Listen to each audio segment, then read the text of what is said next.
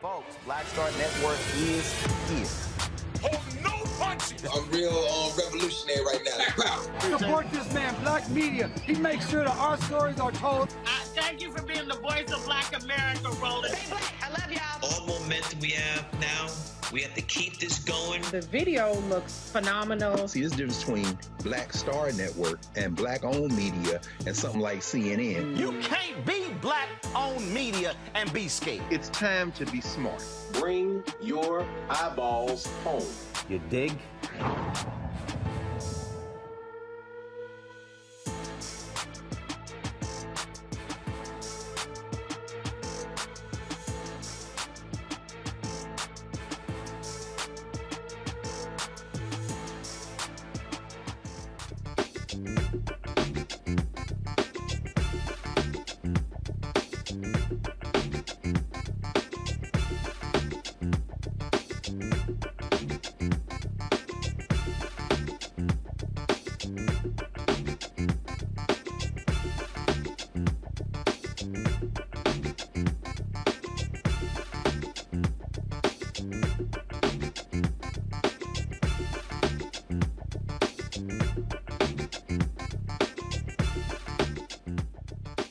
Today is Wednesday, September 21st, 2022. Coming up on Roland Martin Unfiltered, streaming live on the Black Star Network from Los Angeles. New York State Attorney General Letitia James drops the hammer on Donald Trump, saying that the Trump organization has fraudulently lied about his wealth, about his properties, and saying it is time to end that fraud. She is targeting him and his children in this civil suit. We'll show you what she said today and break it down with our legal team. Also on the show, the Fed has raised interest rates in an effort to cool off inflation. We'll tell you who is going to be impacted and what products. Also, we'll talk with Marcus Flowers, the U.S. Army veteran who is running against crazed and deranged Congresswoman Marjorie Taylor Greene in Georgia.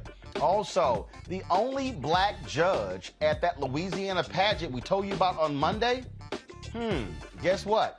She has agreed with the white judge who said the Black contestant, the teen girl with the afro, that it wasn't finished. Y'all will not believe what she told us and then how she then tried to clean it up.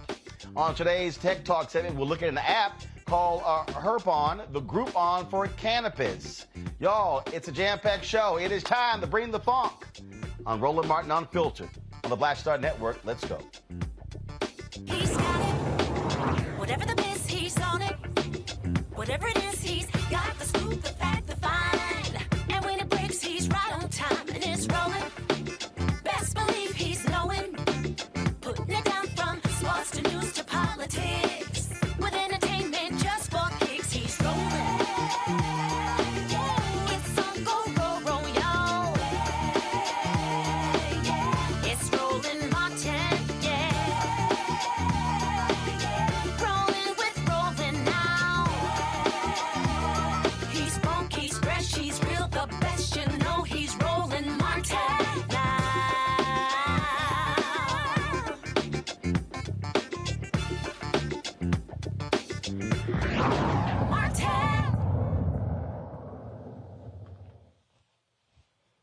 Donald Trump, you might want to leave Black women alone. And America, hashtag, we tried to tell you. We told you this man was a fraud. We told you he was a con artist. Today, New York State Attorney General Letitia James laid bare how fraudulent Donald Trump has been when it comes to overstating, overvaluing his assets, even lying about the size of his own apartment in Trump Tower. Folks, in a 22-minute speech, A.G. James just laid bare how grossly Donald Trump has essentially stolen from banks when it came to valuing his company, and she wants massive changes with today's announcement of this civil lawsuit. Following a comprehensive 3-year investigation by my office, including witnesses, interviews with more than 65 witnesses, and review of millions of documents that were submitted by Mr. Trump and others, I am announcing that today we are filing a lawsuit against Donald Trump for violating the law as part of his efforts to generate profits for himself, his family, and his company. The complaint demonstrates that Donald Trump falsely inflated his net worth by billions of dollars to unjustly enrich himself and to cheat the system, thereby cheating all of us. He did this with the help of the other defendants, his children, Donald Trump Jr., Ivanka Trump, and Eric Trump, and former Trump Organization CFO Alan Weisselberg and Trump Organization Controller Jeffrey McConney. Mr. Trump and the Trump Organization repeatedly and persistently manipulated the value of assets to induce banks to lend money to the Trump Organization on more favorable terms than would otherwise have been available to the company, to pay lower taxes, to satisfy continuing loan agreements, and to induce insurance companies to provide insurance coverage for higher limits and at lower premiums. This conduct was all in violation of Executive Law, Section 6312, which gives the Attorney General broad and special powers to go after persistent and repeated fraud and illegality. As part of demonstrating illegality under that section of Law 6312, we show that they violated several state criminal laws, including falsifying business records, issuing false financial statements, insurance fraud, and engaging in a conspiracy to commit each of these state law violations. We believe the conduct alleged in this action also violates federal criminal law, including issuing false statements to financial institutions and bank fraud. And we are referring those criminal violations that we've uncovered to the United States Attorney for the Southern District of New York and the Internal Revenue Service. As a result of these violations, we are asking the court to, among other things, permanently bar Mr. Trump, Donald Trump Jr., Ivanka Trump, Eric Trump, from serving as an officer or director in any corporation or similar entity registered and or licensed in New York. To bar Mr. Trump and the Trump Organization from entering into any New York State commercial real estate acquisition or from applying for loans from any financial institution in New York for 5 years. To pay for the financial benefits obtained as a result of the persistent fraudulent practices at an estimated $250 million. And towards the end of my remarks, I will go into the other relief that we are seeking. At the center of the year-long financial scheme were the statements of financial condition that were prepared annually by and for Mr. Trump, specifically from 2011 to 2021. These statements were compiled by the Trump Organization executives and were issued as a compilation report by Mr. Trump's accounting firm. The statements are explicit that the preparation was the responsibility of Mr. Trump. Or starting in 2016, the trustees of his trust, Donald Trump Jr. and Alan Weisselberg, for the sole benefit of Mr. Donald Trump. Each statement was personally certified as accurate by Mr. Trump or by one of his trustees as part of the loan process, with the intent that the information in the statement would be relied upon by banks and insurers. Mr. Trump and Mr. Weisselberg would meet to review and approve the final statement every year. Mr. Trump made known through Alan Weisselberg that he wanted his net worth reflected on the statements to increase, a desire Mr. Weisselberg and others carried out year after year in their fraudulent preparation of the statements. And when asked about these meetings under oath as part of our deposition, both men, Mr. Trump and Mr. Weisselberg, invoked their Fifth Amendment privilege against self-incrimination, and they refused to answer. When asked under oath if he, Mr. Trump, continued to review and approve the statements after becoming President of the United States in 2017, Mr. Trump, again, invoked his Fifth Amendment privilege and refused to answer. Over the course of our investigation, we found that Mr. Trump, his children, the Trump Organization, created and used more than 200 false and misleading asset valuations on his statement of financial condition over that 10-year period.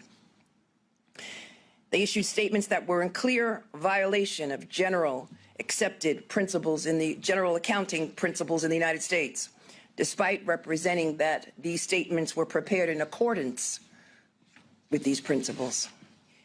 Some of the common tactics they used include representing that Mr. Trump had cash on hand that he did not have, ignoring critical restrictions that would significantly impact property values when setting valuations, changing the methodology used to value properties from year to year without reason or notice, and using vastly different methods to value different properties even in the same year, and including tangible items such as brand premiums, the Trump premium, when calculating an asset's value, despite the fact that they ignored the advice of outside professionals. They also ignored the advice and appraisals of outside professionals, despite claiming those individuals provided certain figures. For example, they received a series of bank-ordered appraisals for the commercial property at 40 Wall Street in New York City that calculated the value of the property at $200 million as of August 2010 and $220 million as of November 2012. Yet, in his 2011 statement, Mr. Trump listed 40 Wall Street with a value of $524 million, which increased to $530 million over the next 2 years, more than twice the value calculated by the professionals. Even more egregious, the $500 million plus valuation was attributed to information from the appraiser who valued the building at just over $200 million. Another deceptive strategy they employed was to use objectively false numbers to calculate property values. Take Mr. Trump's triplex. You know, the triplex apartment in Trump Tower on Fifth Avenue? Mr. Trump represented that his apartment spanned more than 30,000 square feet, which was the basis for valuing the apartment. In reality, the apartment had an area of less than 11,000 square feet, something that Mr. Trump was well aware of. And based on that inflated square footage, the value of the apartment in 2015 and 2016 was $327 million. To this date, no apartment in New York City has ever sold for close to that amount. Tripling the size of the apartment for purposes of the valuation was intentional and deliberate fraud, not an honest mistake. Mr. Trump was intimately familiar with the layout of both the building and the apartment, having personally overseen the construction of both. Despite his sworn testimony before invoking his Fifth Amendment privilege, Mr. Weisselberg conceded that using the false square footage improperly inflated the value of the apartment almost threefold. Mr. Weisselberg admitted that this amounted to an overstatement of, give or take, $200 million. Misrepresenting the size of the apartment was only one of the many ways that Mr. Trump intentionally misvalued his asset for the purposes of increasing his net worth and inducing banks to offer more favorable terms. Mr. Trump also routinely ignored legal restrictions on development rights and marketability on properties that would significantly decrease property values. For example, let's take Trump Park Avenue in New York. This building contains both commercial and residential space. The unsold residential condo units owned by Mr. Trump and the Trump Organization represented the lion's share of the reported value for this property. Mr. Trump and his children intentionally ignored legal restrictions on some of the units that would have drastically changed the valuation. Specifically, the 12 of those units were actually rent-stabilized apartments. A professional appraiser valued those 12 units at around $750,000, noting that the rent-stabilized units cannot be marketed as individual units for sale because the current tenants cannot be forced to leave. Despite this professional valuation, and Mr. Trump knowing full well the legal restrictions the 12 rent-stabilized units were valued, he valued them collectively on his statements at $49 million. That is about 65 times the appraised valuation. Mr. Trump also blatantly ignored legal restrictions at Mar-a-Lago. Mar-a-Lago was valued on the false premise that it sat on unrestricted property and could be developed for residential use. However, Mr. Trump knew that Mar-a-Lago was subject to a host of onerous restrictions and limitations. Mr. Trump himself signed deeds sharply restricting changes to the property and donating his residential development rights in an effort to get a tax deduction and later to lower his property taxes on the property. The deeds also require Mr. Trump to donate over 23% of Mar-a-Lago's value to the Historic Trust for Historic Preservation if he ever sold it. Despite these significant restrictions, Mr. Trump valued the property based on the false premise that it was an unrestricted residential 18-acre plot of land that could be sold and used as a private home. In fact, the valuations represent that these restrictions don't even exist. The club generated annual revenues of less than $25 million and should have been valued at about $75 million. However, Mar-a-Lago was valued as high as $739 million. Mr. Trump used inappropriate schemes to inflate the value of his other golf clubs. He valued the clubs based on their fixed assets. In other words, the money spent to acquire and to maintain them, despite being informed by valuation professionals that this practice was inappropriate for a club operating as an ongoing business. He again added a brand premium when determining the value of the club, but claimed in his statements that he did not. And he inflated the value of unsold memberships, often by hundreds of thousands of dollars per membership, even in situations where the memberships were given away for free at Mr. Trump's direction. Inflating his reported net worth was just the first part of the scheme. He then used these false statements of financial condition for his own personal gain. Mr. Trump and the Trump Organization have obtained hundreds of millions of dollars in real estate loans and insurance coverage using these statements. Mr. Trump was able to secure much more favorable loan terms by personally guaranteeing the loans based on his reported net worth, as reflected on his statements of financial condition.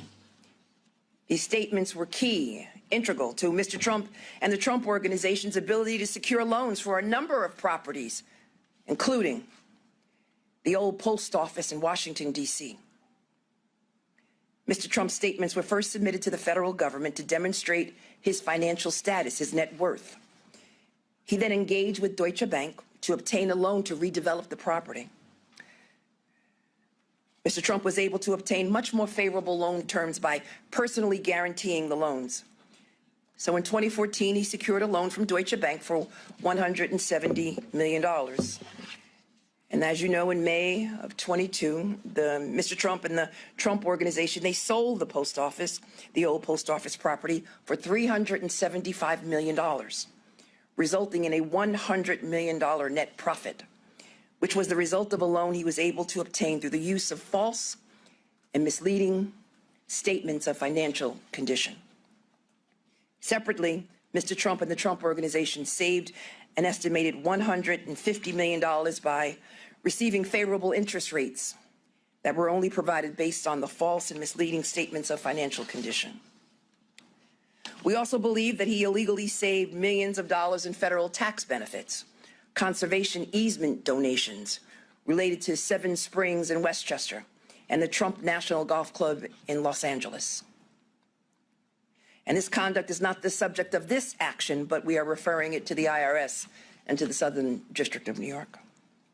The examples I laid out just barely scratch the surface of the misconduct that we have uncovered.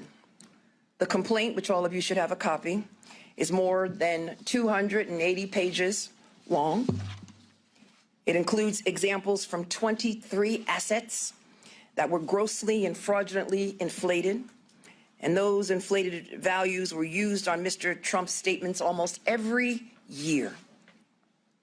All told, we uncovered more than 200 examples of false and misleading asset valuations that were used on his statements.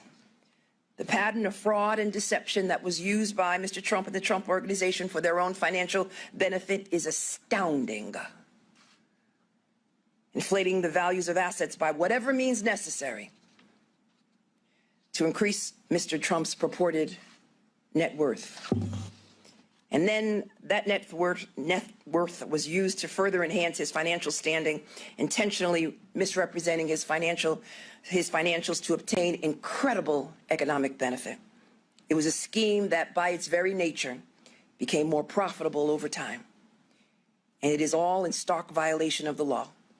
As I mentioned earlier, the relief that we are seeking specifically, we are asking the court, again, to permanently bar Mr. Trump, Donald Trump, Eric Trump, Ivanka Trump from serving as an officer or director in any corporation or similar business entity registered or licensed in New York State. We are barring Mr. Trump and his organization from entering into any New York State commercial real estate acquisition for 5 years. We are barring Mr. Trump and the Trump Organization from applying for any loans from any financial institution registered with the New York Department of Financial Services for 5 years. We are requiring Mr. Trump and the Trump Organization to disgorge the financial benefits obtained through the persistent fraudulent practices, an estimated, a baseline, at the minimum of $250 million, and to appoint an independent monitor at the Trump Organization to oversee compliance, financial reporting, valuations, and disclosures to lenders, insurers, and tax authorities for no less than 5 years. We are requiring the Trump Organization to prepare on an annual basis for the next 5 years a GAP, a generally accepted accounting practices compliant audited statement of financial condition showing Mr. Trump's net worth to be distributed to all the recipients of his prior statements of financial condition.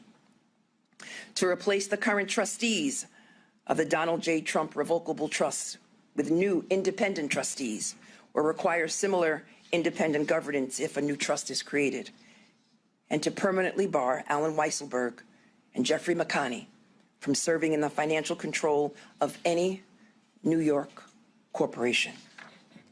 And lastly, to cancel any certificate filed under and by virtue of the provisions of Section 130 of the General Business Law for the corporate entities named as defendants and any other entity controlled by or beneficially owned by Donald Trump, which participated in or benefited from the ongoing financial scheme.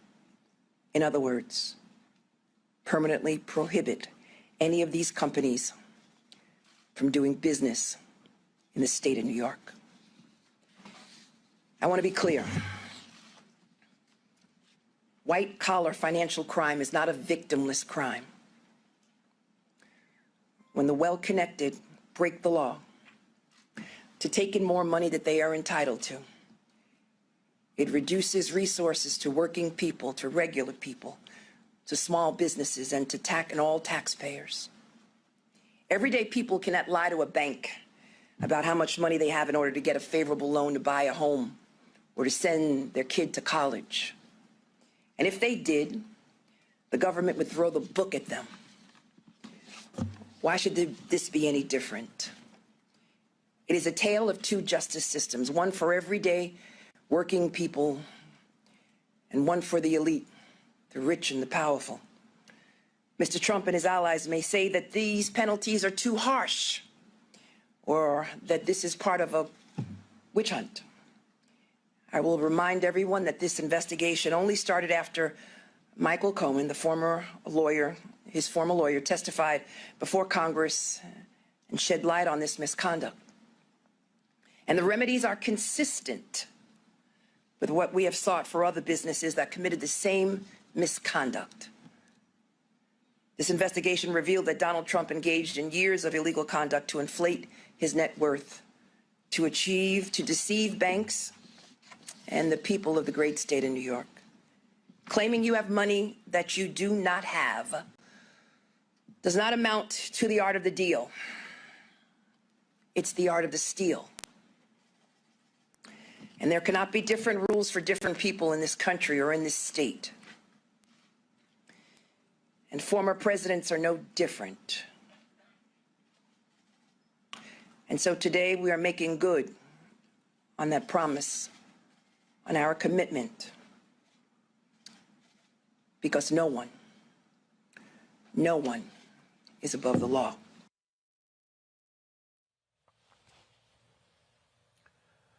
Joining us right now, Robert Patillo. He is the executive director for the Rainbow Push Coalition Peachtree Street Project. Monique Presley will be joining us a little bit later, legal analyst and host. Make It Make Sense with Monique Presley. Dr. Larry J. Walker, assistant professor, University of Central Florida. All right, Robert, let's walk through this. Detail, specific, numerous allegations. Already, of course, Donald Trump, he's called her racist. This is a witch hunt. Bill Barr has been on Fox News saying, oh, my God, she's going after the children. This is just so unfair. But, Robert, people need to understand, when you lie on a loan application, you are committing a federal crime. That's why she said she's referred these things to the Department of Justice and the U.S. Attorney's Office. Absolutely. And just to take the Bill Barr statement first, all of Donald Trump's kids are older than me. Everybody except for Barron. So Ivanka, I think, is 40. Don Jr. is 44. Eric is 38. These are grown-ass people. And this idea, this infantilization of wealthy white people, this idea that they're just kids acting up, they have no idea what is going on, that is just outside the purview of what I think most Americans understand. I think it's almost a ridiculous argument that former AG Barr was making. On this point about the Trump organization, remember, this is the same president that said we have to have law and order in this country when it came to black protesters. These are the same people who were running around chanting, lock her up, because of emails. When in reality, what we do know is that the millionaire and billionaire class in this country, just as Bernie Sanders and Reverend Jackson's been saying for the last 50 years, they play by a different set of rules than the rest of us. The rest of us, if we lie on a loan application or a credit card application, we can face years in prison. Letitia James isn't even talking about jail time. This is a civil suit in this case. She's referring it to the federal government for further prosecution for potential criminal charges. But what we have seen is they have been brazen in the nature of this fraud to the point that President Trump, when interviewed, did not even offer a defense. He pled the fifth for 4 straight hours. He did not answer a single question, meaning, and if he had really thought that he had any ability to counter these charges, these accusations, he could have done so at any point in time. Now, I think this is a point that most people need to understand in regular business. If you're at your job and the CFO either resigns or pleads guilty to a crime, things really bad are about to happen because that's the person in charge of the book. So when we saw Weisselberg be charged and then take a plea deal in the case, we knew that it would not be long until we saw something along this lines coming down. And Letitia James has been very judicious in trying this outside of the court of public opinion, not making a spectacle about it, going about this work for years on end. There were many calls for this before the 2020 election for them to bring these types of charges to help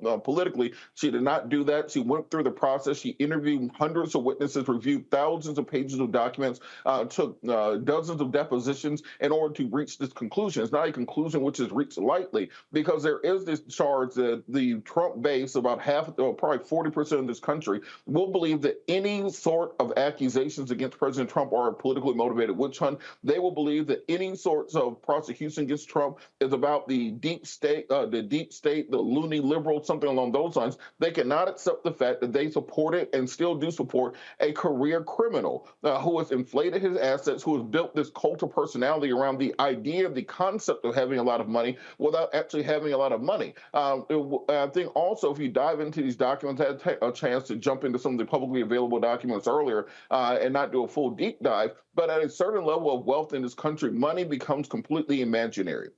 You take some money, you take out loans on that money to pay off the next amount of money. You show fake assets on paper to take out additional loans, which then justifies you getting more loans. So you're basically taking one credit card to pay off the next credit card, and nobody asks you about it because they assume you have money somewhere down the line. And apparently you can pull this hustle off an entire career. And if President Trump had never entered public life, they probably would still be running this hustle in New York right now. Larry, it is laughable to look at these Trump supporters, and I said this when he had Trump Hotel in D.C. I'm like, you broke ass folks, they wouldn't even let you walk through the lobby. He is the embodiment of a con man, and these folks are defending it. Oh, this is a partisan witch hunt. No. They got the goods on him. And the fact of the matter is, it was well known in New York he was a fraud. But the New York tabloids loved him, the media ate it up, and national media ate it up, and people were unwilling to truly look at what he was doing. It was a house of cards. And now it's come crumbling down, and guess what? It's now time to pay the piper. So this is the story of chickens come home to roost. You know, you're right, Roland. We know for years that, he's been running this con for decades. But this kind of reminds me of when you're a kid in elementary, middle school, and there's a bully in the cafeteria who's always pushing kids around. And then finally somebody stands up to him. So this is that moment for Donald Trump and his family. Listen, let's be clear. She's going for the corporate death penalty in terms of the fines and the other guidelines she outlined in terms of owning property in the city. So this could very well be the end. Obviously, Roland, we didn't even talk about all the other challenges in Georgia and the federal government investigation and January 6th, all the other challenges that Donald Trump is dealing with. But this is significant because we've been waiting for months to find out what A.G. James was going to do in terms of addressing all these fraudulent claims we know have been reported in the Washington Post, New York Times, et cetera. So that day is finally here. You hit on a very important point, is that how the media in many respects have fed this narrative about this bigger than life, corporate business entity. But we know now, not only, like I said, from some of the articles we talked about, but we know from what AG had to say today that he's all a fraud. Inflating his worth by hundreds of millions of dollars. This is not only in terms of the IRS, but obviously she referred to the DOJ. But these penalties, not only for the Trump, but for his family, are significant. And this could very well mean the very end of the Trump organization. And I know no one will shed tears about it. I certainly won't. But it's finally, we're seeing people holding Trump accountable for the lies and all the other, ways in which he's manipulated the system over the last several decades, because he's getting away with it that long. But finally, once again, chickens have come home to roost. And like I said, this could be the death knell for the Trump organization. Monique, when you look at the critics, when you look at the folks who are saying that, Tish James, she ran on, I'm going after Trump. Yeah, she talked about holding accountable. But I think what's also here, she's now applying pressure to Manhattan District Attorney Alvin Bragg, who pulled back on the investigation into Trump, basically by saying, hey, player, what you gonna do? And so now by saying to the U.S. attorneys, we uncovered criminal wrongdoing. Here's a referral. And she's saying, I'm going to hand you the evidence. Now what you're going to do. And so now Merrick Garland, now Bragg, now they're going to have to now contend with this because, and then the pressure's on them by saying, are you going to let him escape? Right. Well, I mean, she's made criminal referrals, and one of the prior investigations went stale, and now it gets another life, and that is good. She had access to information, and they obviously did a deep dive in order to come up with the strength of the filing that went forward today. So I commend the AG, Tish James. Gotta say, that's a bison. That's a Howard lawyer for you, and a Black woman, and every good thing. So I support her and the work that she is doing. And it's not like AG Garland is not doing probably 10 other investigations of the former president. But yes, this referral with everything that they have uncovered and the meticulous manner in which it's been put together certainly cannot hurt. The thing also here, I think, as I sat there and listened to her this morning, and again, this 22-minute opening statement that we played, was that she was so specific in naming this property, this property, this property, Mar-a-Lago, this. Now, okay, sure, you got the Trump folks already out here. You got his defenders. They're now going to have to try to defend lies. In fact, I saw a tweet earlier from Geraldo Rivera who goes, oh, well, this was partisan. And you know, she claimed the Mar-a-Lago is worth this, but it's really worth way more than that. That's not how it works, Geraldo. The reality is this. When she said Mar-a-Lago brought in essentially $25 million in revenue. Well, we know how the game works. Certain businesses, there's a multiple. There's a multiple. If you did $25 million in the media business, typically you can use a multiple of 10, $250 million. This dude was actually trying to say Mar-a-Lago was worth $750 million. And the thing that we also know, Robert, is that what he was doing was when it benefited him to lower the value for tax purposes, he did. But then he would raise the value when it came to getting loans, the exact same property. And that's also, they have that information.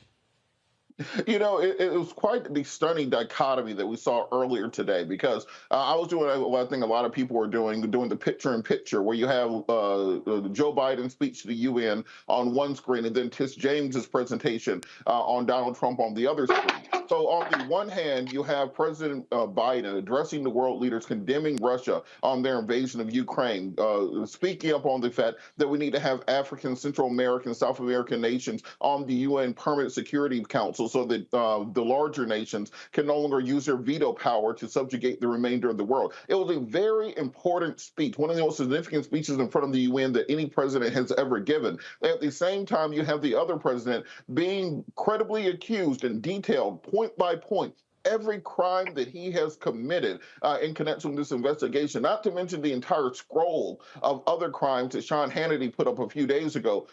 And the fact that nearly 40% of this country will still get in line behind the person who did all the crimes and not the one who was trying to reestablish the rule-based authority of law to stop totalitarianism, to tell you exactly where this nation rests at.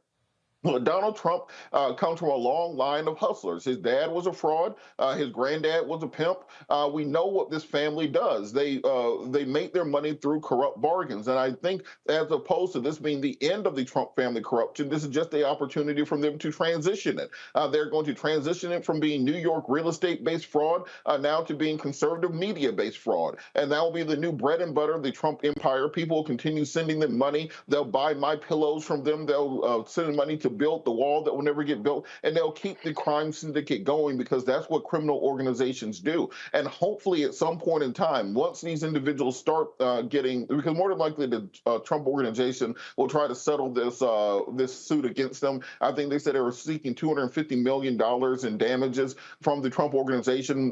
They will try to settle that for some amount thereunder. What will happen with the federal investigation, criminal investigation thereafter, will be the major question. But they will take that. They will say that this is part of the continued liberal fraud against them, and they will keep hustling their people for money. It's never been about elections. It's never been about winning or losing. It's about continuing the grift, continuing the hustle, and that's what we've seen the Trump family do for now 4 generations. Larry, again, this is another investigation. It is about holding accountable. And I've said this to people over and over again. There is no bottom. There is none. Okay? And at some point, when you are this much of a thug, when you're rogue, someone has to hold you accountable. And the reality is, whether it's this civil suit, Trump tried to settle this suit.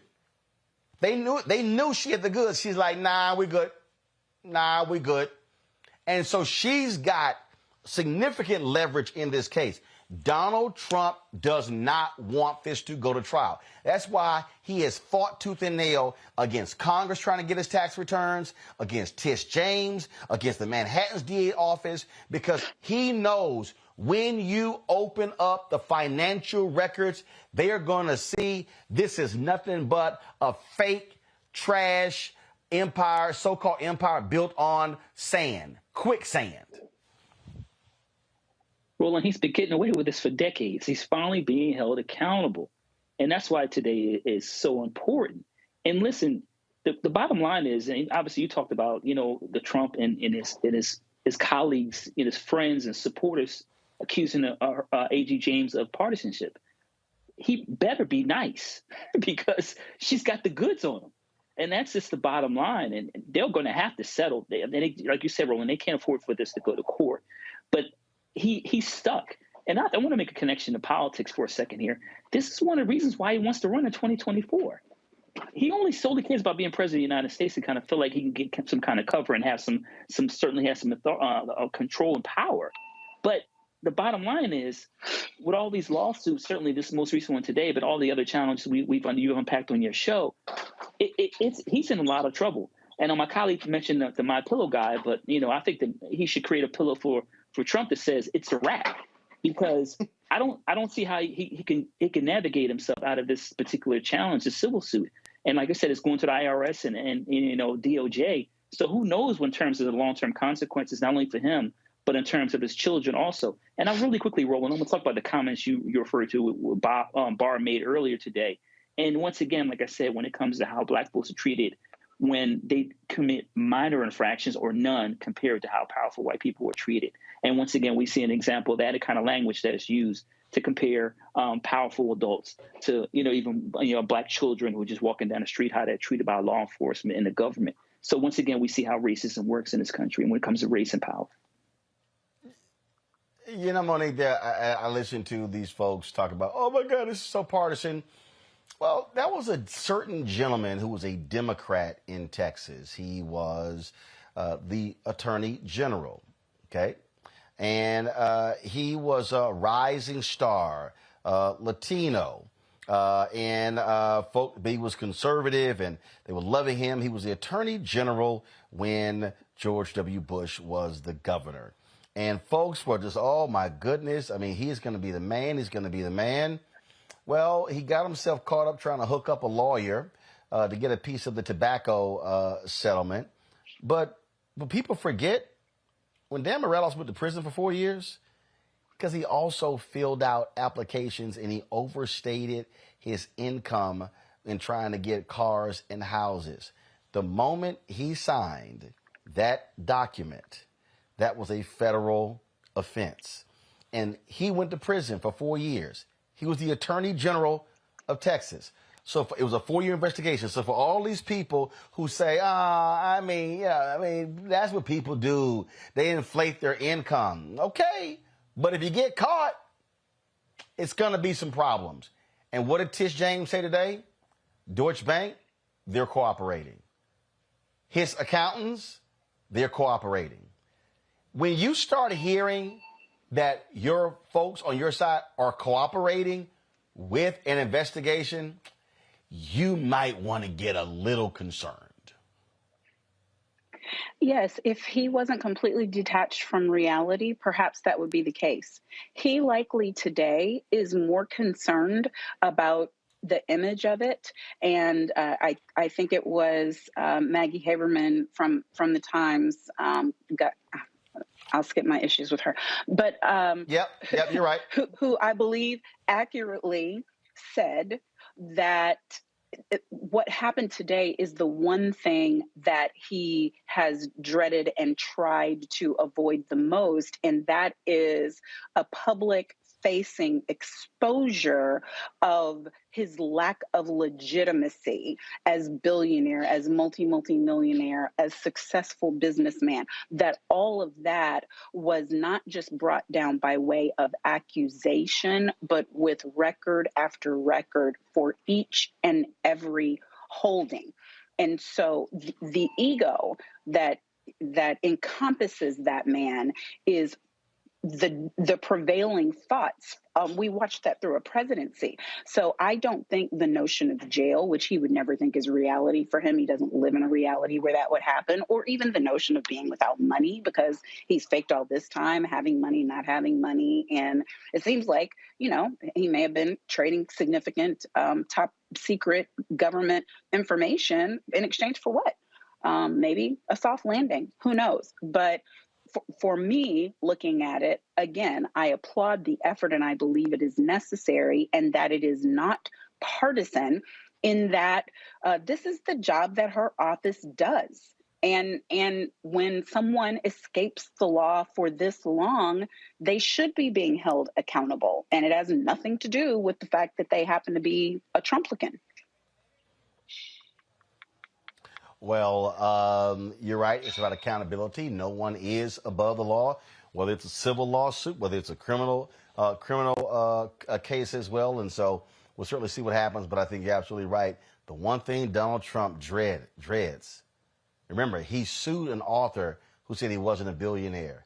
He has built this facade, and that's the whole. He cares about the media attention. Well, Donald, we now know you're a liar. But then again, black people, we've known that from day one. Speaking of liars, coming up next, I'm going to talk with a brother, Army veteran, who's running against a liar, Marjorie Taylor Greene. He wants to take her congressional seat. We'll talk to Marcus Flowers next, right here on Roland Martin Unfiltered on the Black Star Network. Speaking of that, download the Black Star Network app, Apple phone, Android phone, Apple TV, Android TV, Roku, Amazon Fire TV, Xbox One, Samsung Smart TV. Don't forget to support us in what we do. Join the Bring the Funk fan club. We need to get 2,000 of our fans contributing at least $50 during this month. That's $4.19, folks, for $4.19 a week, and again for a month. I'm sorry, and 13 cents a day. That's all it is. And of course, you get this show, Roger Muhammad Show. You get multiple other shows, live streams, all of that, and it's free. So look, we're not charging people, but we do need your support to make it all possible. Checks and money orders go to P.O. Box 57196, Washington D.C. 20037-0196. The Cash App is $RM Unfiltered. PayPal is R Martin Unfiltered. Venmo is RM Unfiltered. Zelle is Roland at RolandSMartin.com. Roland at RolandMartinUnfiltered.com. We'll be right back.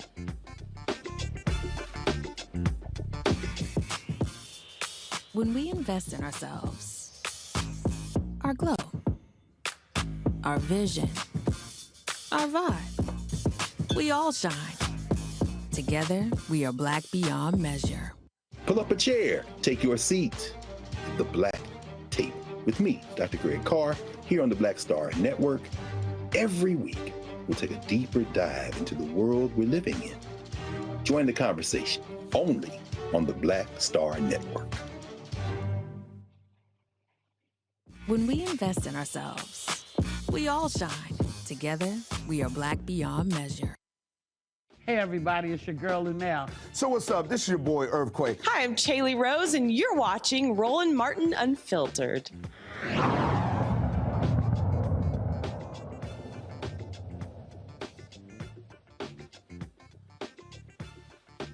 Folks, one of the most shameful people in Congress today is Marjorie Taylor Greene. She's so pathetic. I won't even call her a congresswoman. This woman has lied. She has brought shame on the House. She has berated other colleagues. Nasty behavior. Just the other day, this fool actually kicked an activist as they were walking, kicked her multiple times. And my next guest wants her replaced, calls her an embarrassment to her congressional district. He is a U.S. veteran, Army veteran, Marcus Flowers, who is running against her. He won a Democratic nomination for Congress, and they're facing off in November. Glad to have you on the show. Was there anything in particular that caused for you to say, this woman can't represent me and my people, I've got to run against her? Well, first and foremost, thanks for having me on, Roland. It's a pleasure to be here with you. You're someone that I've been following for a long time now, and I really appreciate the opportunity to come and speak to you and your audience. So a little bit about why I decided to get in the campaign. That's a long story. Now, as you alluded to in your opening, I'm an Army veteran. At 18 years old, I swore an oath to support and defend the Constitution of the United States. And that's what I've been doing for the last almost 3 decades as a soldier, a former defense contractor, and a former government official with the Department of Defense. Now, what got me involved in politics in general, because coming from the world that I come from, I've always considered myself apolitical, nonpartisan, never got into politics. My job was to accomplish the mission. Now, going back to the summer of 2020, when I watched George Floyd being murdered at the knee of a police officer, that stirred something in me. And, I took that personally because my granddaddy was a sheriff and a farmer, and uncles who were police captains, uncles who served in the military. And I knew that's not, who we were as a country.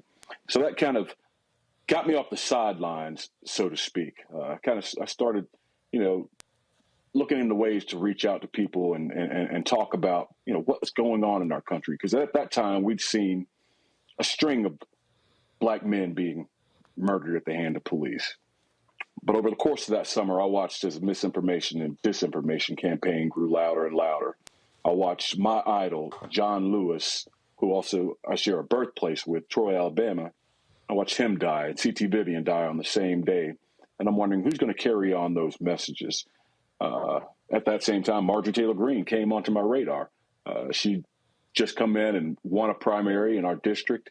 I started doing a deep dive into her and caught wind of some of the conspiracy theories and, that she said 9/11, a plane didn't hit the Pentagon, and for someone who was actively serving our country overseas on 9/11, I took that personally as well.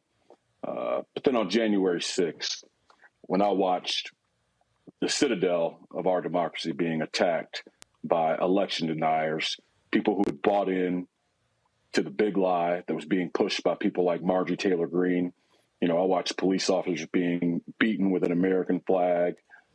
My friend, who I've gotten to know over the course of this last year, Harry Dunn, and other officers being bear sprayed, a Confederate battle flag being paraded through our Capitol Rotunda. Having watched all that and seen Marjorie Taylor Greene's part in it, I really took that personal.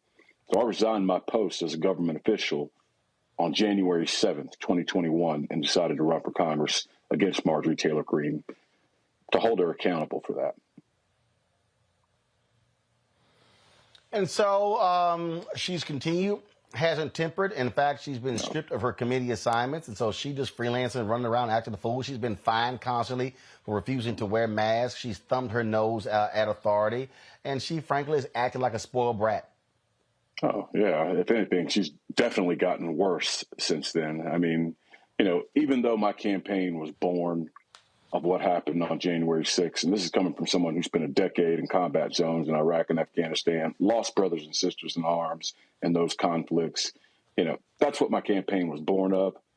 But in the past 18 months, since I've been, traveling around this district, meeting people where they are, talking to our local elected officials, whether they're mayors, city council members, commissioners, church leaders, boards of education, law enforcement officials, I've come to find out that we have real issues in this this district that aren't being addressed, and that's what people want to see. They want to see effective and efficient governance. They want to see things getting done. Marjorie Taylor Greene is not doing it. We're all well aware of her antics, but that's not doing a damn thing for us here in this district. She's yet to bring any progress to our district, no matter what she says. Traveling around the country, campaigning with, far-right extremists, at Trump rallies.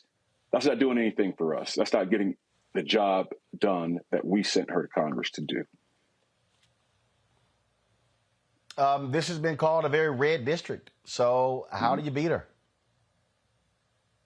Just like I said before, I get out. Look, this campaign has knocked over 60,000 doors. We've built an infrastructure here for a district who, some people would write off and say, oh, yeah, it's a red district. We're not going to bother with that. Well, that's not who I am. I don't leave anyone left behind. I don't concede any ground. And we built that infrastructure here with, dozens of organizers, field organizers, hundreds of volunteers, hundreds of thousands of donations from around the country, which I'm humbled by, and again, getting out and having those conversations with people, whether it's Democrats, independents, and Republicans alike, to a person almost, they're embarrassed by Marjorie Taylor Greene. I tell you, I get Republicans coming up to me every day, Roland, every day saying that woman is an embarrassment. Please get her out of office. I'm a Republican. I'm a conservative. I'm voting for you every day. And that's not hyperbole. That is the truth. That's how we beat her.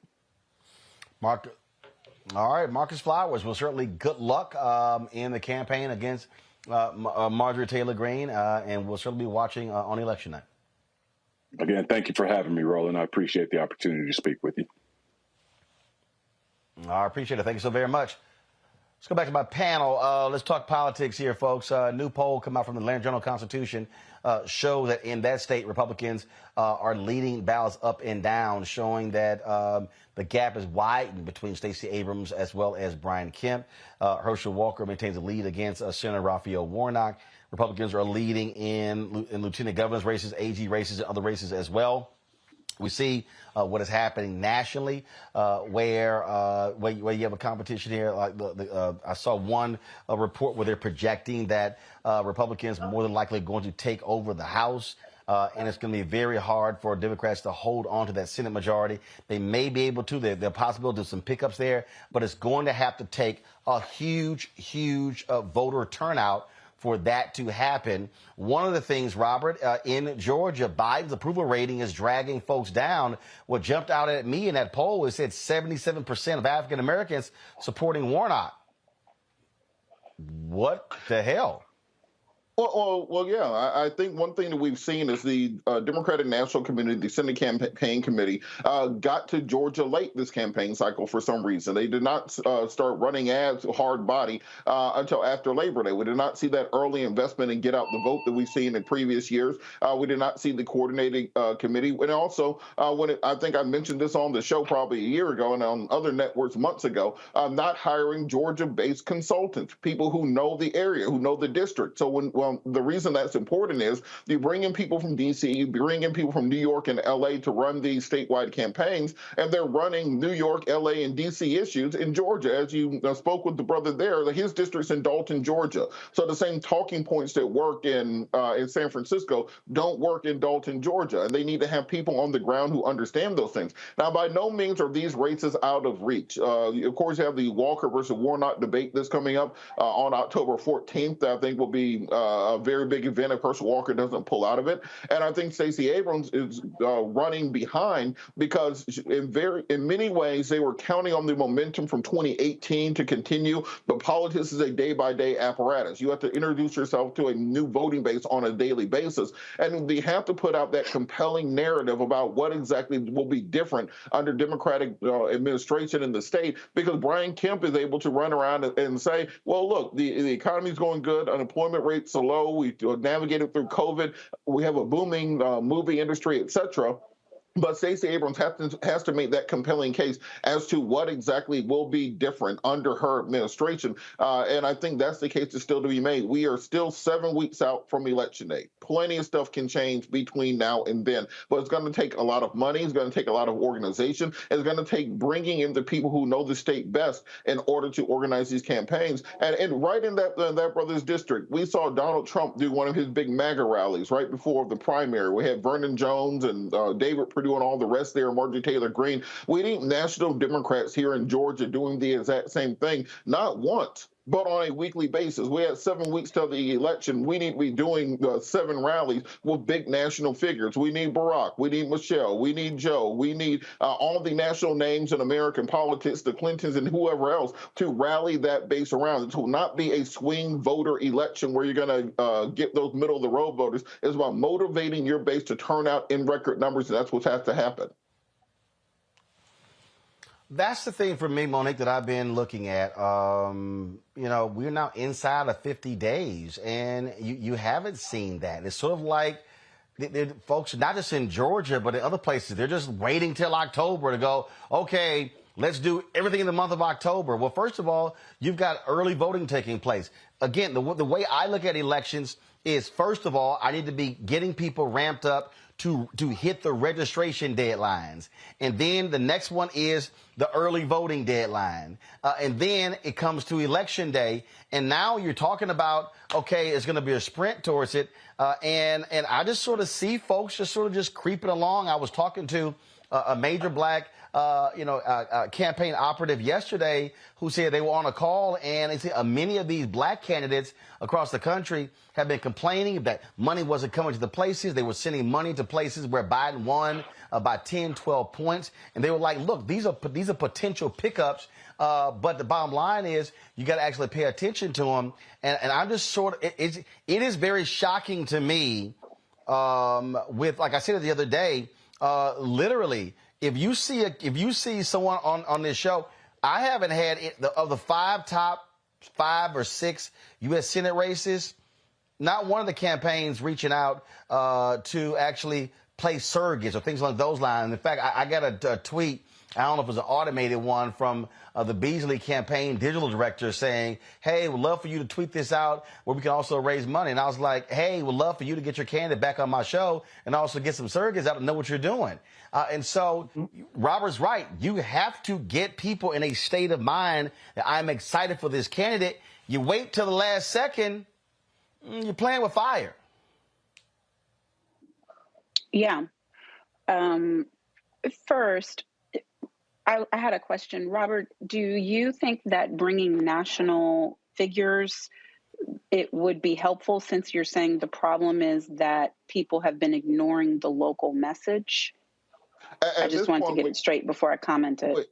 Yeah, at this point, when you're down 8.7 weeks out from the election, it's all hands on deck. So by that, I mean, you need to have the national figures to bring in that national media attention. But at the same time, you need to have grassroots activists who can go down to Houston County and know which churches are actually going to motivate people and send buses out for early voting. You need to bring people in who know the difference.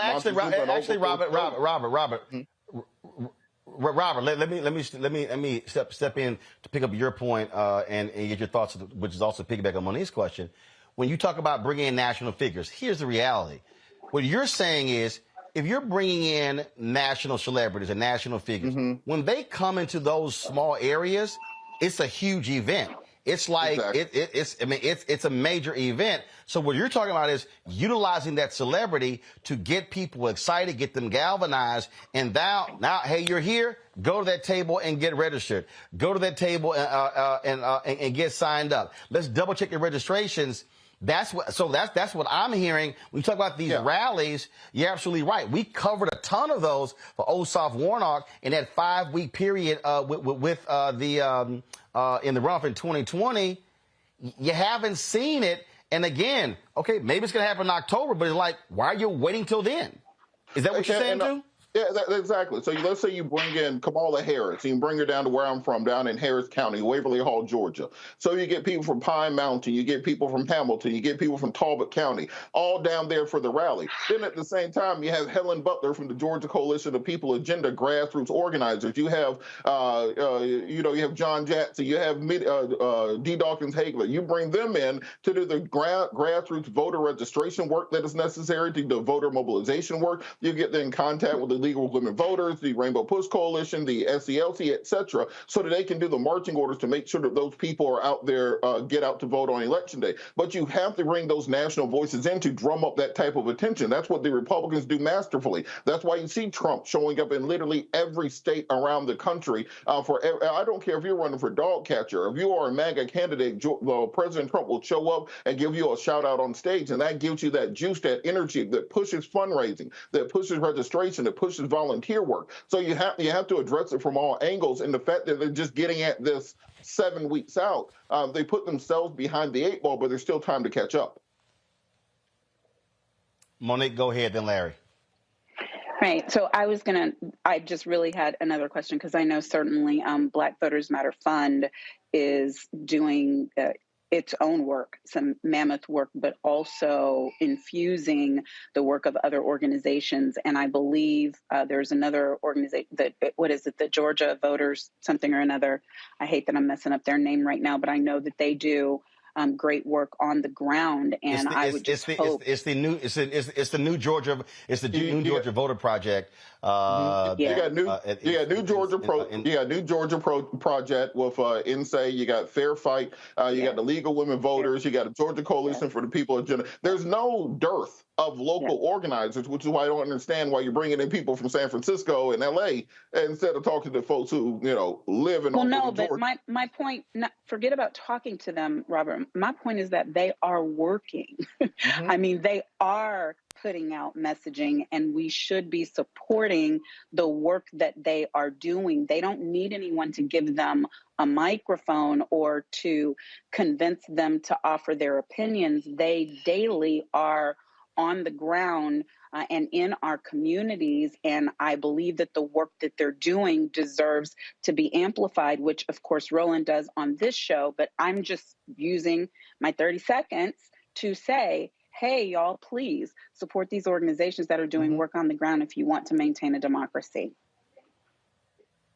Yeah, absolutely. First of all, it is supporting them, but I agree with Robert's points. By bringing in big names, it also helps to amplify the work that they're doing. Demings, go ahead. Larry, first of all, what do you see in Florida with Demings Rubio? Well, Demings is holding her own. And one of the things I want to say about Demings' campaign is that I do see them. I'm here in Orlando, and I do see them out and about.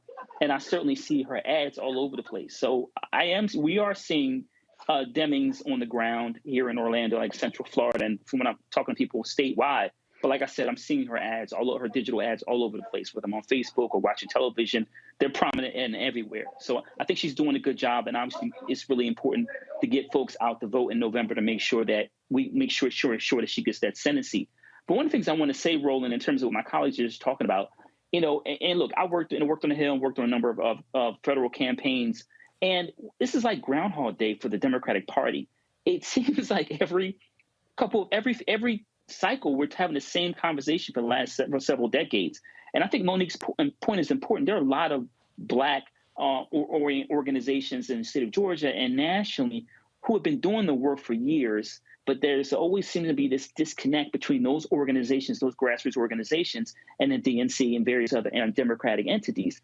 And you would think at some point the Democrats will realize, when you have the opportunity, certainly to hold the Senate, and obviously we have challenges relating to the House, but to have some kind of movement in both chambers to make sure that we can continue to get passed for, comprehensive, police reform and some of the other things we talked about on your show. But you can't wait until the last minute in terms of what Robert talked about and bringing in some of the heavy hitters with his, President Obama, et cetera, You can't wait to the last minute to do that. The time to actually get, make sure you were doing the work should have been months ago, but we don't see enough of that. Bomb Bladders is here. We are inside of 50 days, folks. The countdown is on. And so, look, we want you, first of all, wherever you are, double check your registration. Make sure you have not been kicked off the voting rolls. We talked about that last year, and there were people who said, thank God they heard that message on this show, because they actually had been kicked off of the voting rolls. And so that's why we encourage that. And we also want you to check your state when there is early voting in your state. Double check that early voting period so you can go ahead and cast your ballot. One thing we have seen, a significant number of people there in Georgia, African Americans, more than any other group, have requested mail-in ballots, and the numbers actually higher. And the numbers of women in Georgia requesting mail-in ballots is higher than it was in 2020. So that is a good sign there. I got to go to a break. We come back. The owner of the Phoenix Suns, he is making moves to sell his team after he was suspended by the NBA for a year for racist and sexist behavior. But you ought to see even his response, where he's upset because we live in an unforgiving culture. So now I got to sell my team because they won't forgive me for my behavior over the past 17 years. We'll try to talk about, show y'all next. You're watching Roland Martin Unfiltered on the Black Star Network. When we invest in ourselves, we're investing in what's next for all of us. Growing, creating, making moves that move us all forward. Together, we are Black beyond measure. Don't you think it's time to get wealthy? I'm Deborah Owens, America's Wealth Coach, and my new show on the Black Star Network focuses on the things your financial advisor or bank isn't telling you. So watch Get Wealthy on the Black Star Network.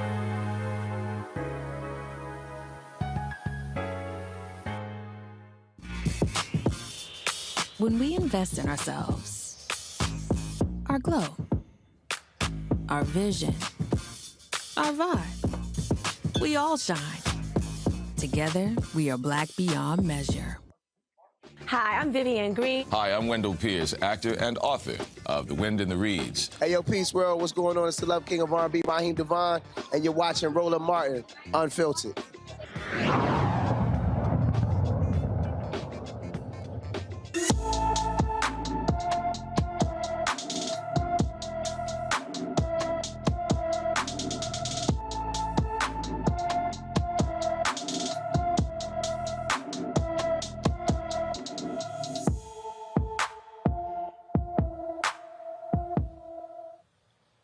Joy White from Memphis was last seen on August 6th. The 17-year-old is 5 feet, 4 inches tall, weighs 120 pounds, with black hair and brown eyes.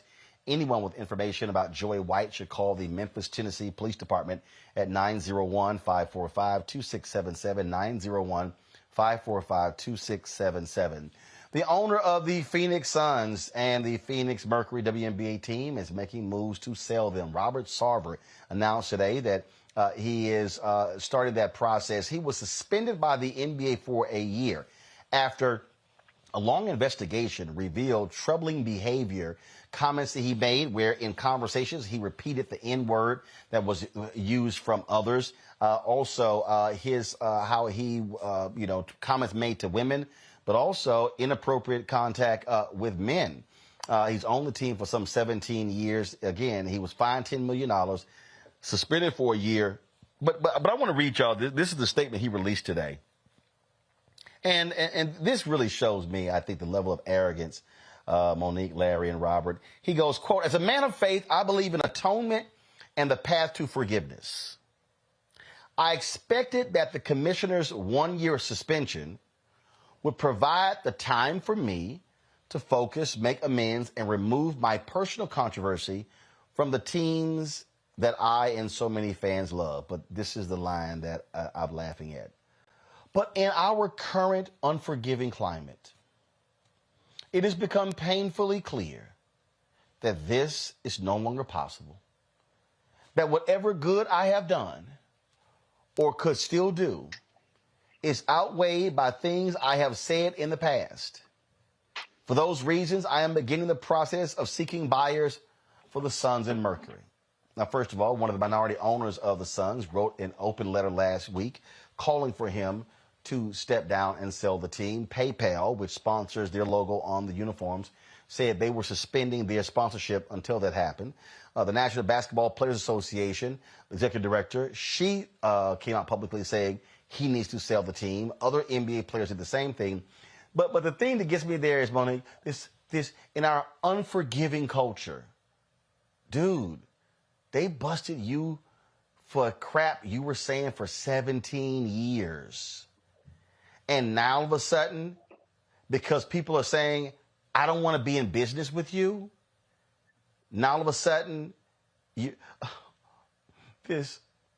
a man of faith. This just unforgiving culture. Yeah. And what they're saying is, we can forgive you, but take your punk ass on. You can't be the owner of the team. Right. It has nothing to do with forgiveness. It's whether people want to be in business with you or not. It's whether people want to continue to contribute to the heaping of wealth that you already have. He's not going to come out of this any kind of loser. And so he, of course, the arrogance is boundless. And you think you can say, people similarly situated to him think they can say, my bad.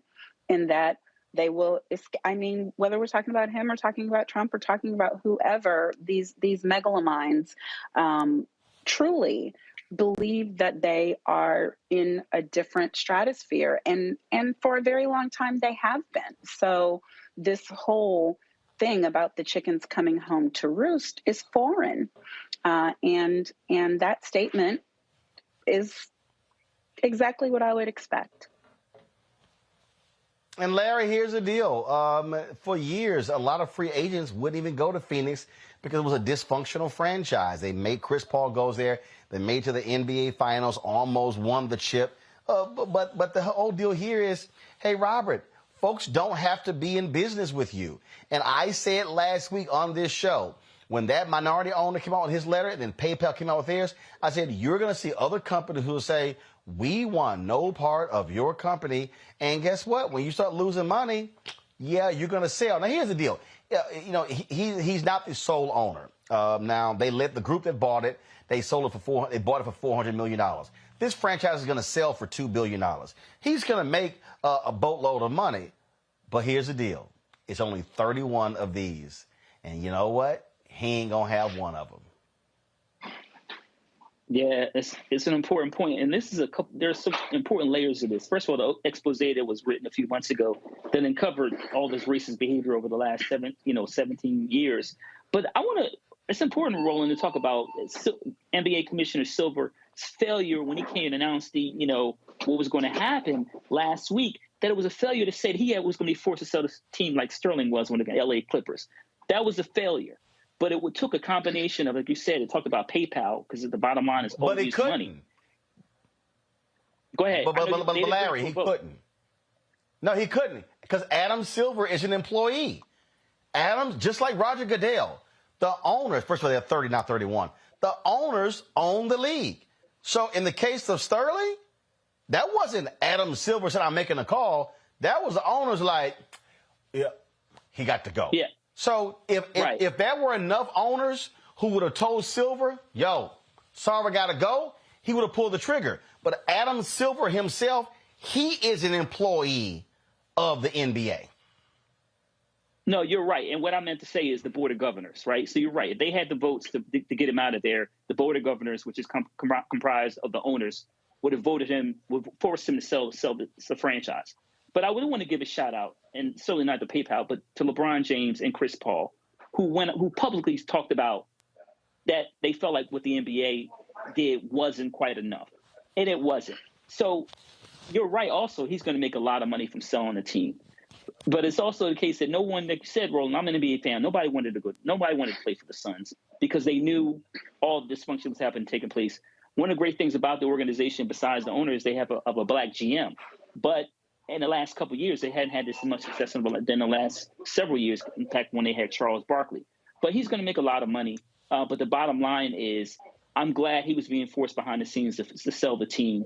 And it's in the best interest of the NBA. But also, like I said, I was glad you talked about the Players Association, but some of the top stars coming out and saying that something else should be done and he should not be an owner. So that won't happen.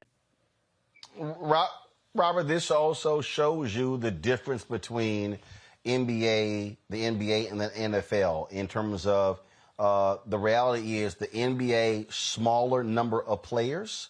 And then when you have your star players, and again, remember the Clippers deal. The NBA literally was on the verge of players saying, we ain't playing in the playoffs. So they knew they had to do something. So what you have here, NBA players are far more, they're able to, I don't use they have power. They have leverage and influence that is different than players in the NFL in terms of how the leagues are set up. But go ahead. Well, you got to look at Chris Paul in this situation. And if you're an owner who has done anything racist, you might not want to sign Chris Paul to your team because apparently when he shows up, Donald Sterling got to sell his team. Starver got to sell his team. So if you are doing anything even slightly racist, do not trade for Chris Paul. I think that's very important. But you make an important point, Roland, because the difference between the NBA and the NFL are a couple things. One, guaranteed contracts. People have a lot more control and legitimacy when you have a guaranteed contract and not a, look, I'll cut you on Wednesday if you say anything contract, what you have in the NFL. Secondarily, celebrity and star power. The fact that NFL players play with a helmet on takes away a large amount of their marketability. This is why the NBA is a player-driven league, and the NFL is a very much a brand and a team-based league. College football is very much a coach-based league, if you want to make the comparison. So because of this, the players have far more cachet than the teams. There are people who are LeBron fans. Whatever team LeBron is on, that is the team they are a fan of. They ain't give a damn about Cleveland when LeBron was in Miami. LeBron goes back to Cleveland. They're a Cavs fan. LeBron goes to the Lakers. They're a Laker fan. That's the way things work, which gives players a lot more power. They have a lot more ability to speak out against these owners, because at the end of the day, third thing, being a salary capped league, a hard salary cap, means that if I'm a match player, I can go anywhere in the league and make the exact same amount of money. There's not really much that you can say if I want to leave the Phoenix Suns. This is DeAndre Ayton just did, where the Suns didn't want to pay him his money. He went to Indiana, said, give me the money. Indiana gave him the money. The Suns had to match the offer just to get his services back. That's the difference in the contractual nature there. But I don't want to throw Starver out completely from society. I think that if he's a person who legitimately wants to make a difference, wants to make a change, wants to redeem himself in the public eye, that there is work that can be done. He can work with community organizations. He can be ensuring that he is focusing on helping minority businesses, helping black colleges. There are things, if he can use that money he's going to get from the sale of this team to help and enrich minority communities, to help women-run organizations, then he can redeem his name in the public eye. So as opposed to simply throwing him out of society as we did with Donald Sterling, where we haven't heard from him since, I don't think he actually had any interest in redemption thereafter. I think that if he is genuinely committed to doing so, there are organizations he can work with that can help him to understand the wrong that he's done and hopefully change his legacy, because at the end of the day, he's gotten to a point of money where, you got God levels of money. So that's not the point anymore. It's how will people remember you hereafter, and do you sincerely want to make the change you say you want to make? The only pushback I'll say there is he was saying he wanted to change when he was suspended because he still owned the team. Mm-hmm. Well, now the question is with selling. Is it sincere? Well, no. Again, it's real simple. If you're actually committed to that, let's see what you do. But now, if you have to sell the team, it might be, well, hell, I was just saying that for the PR purposes. But we'll see what Sarver does. We'll see. But he can do what you're saying, but I'm not quite sure it's going to be the case. All right, y'all, I got to go to a break. We come back. We're going to tell you one of the cops who was involved in the death of George Floyd. He has been sentenced to prison. We'll talk about that. Also, a young man who tried to use the stand your ground in defense in Georgia. Man, he got the maximum sentence thrown at him. We'll tell you about that as well. Folks, you're watching Roland Martin Unfiltered. Don't forget to download the Black Star Network app, all platforms, Apple phone, Android phone, Apple TV, Android TV, Roku, Amazon Fire TV, Xbox One, Samsung Smart TV, and of course, join our Bring the Funk fan club. See and check in money orders to P.O. Box 57196, Washington, D.C., 20037-0196. Cash App, $RM Unfiltered. PayPal is R Martin Unfiltered. Venmo is RM Unfiltered. Zelle is Roland at RolandSMartin.com. Roland at RolandMartinUnfiltered.com. We'll be right back. When we invest in ourselves, we all shine. Together, we are black beyond measure. We're all impacted by the culture, whether we know it or not. From politics to music and entertainment, it's a huge part of our lives, and we're going to talk about it every day right here on The Culture with me, Faraji Muhammad, only on the Black Star Network.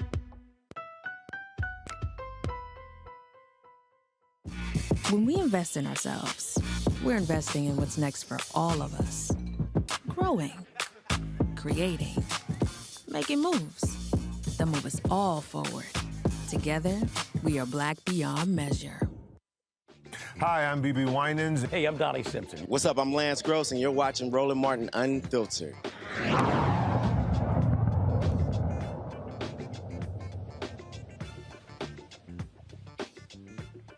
One of the former Minneapolis cops involved in the death of George Floyd is headed to prison today.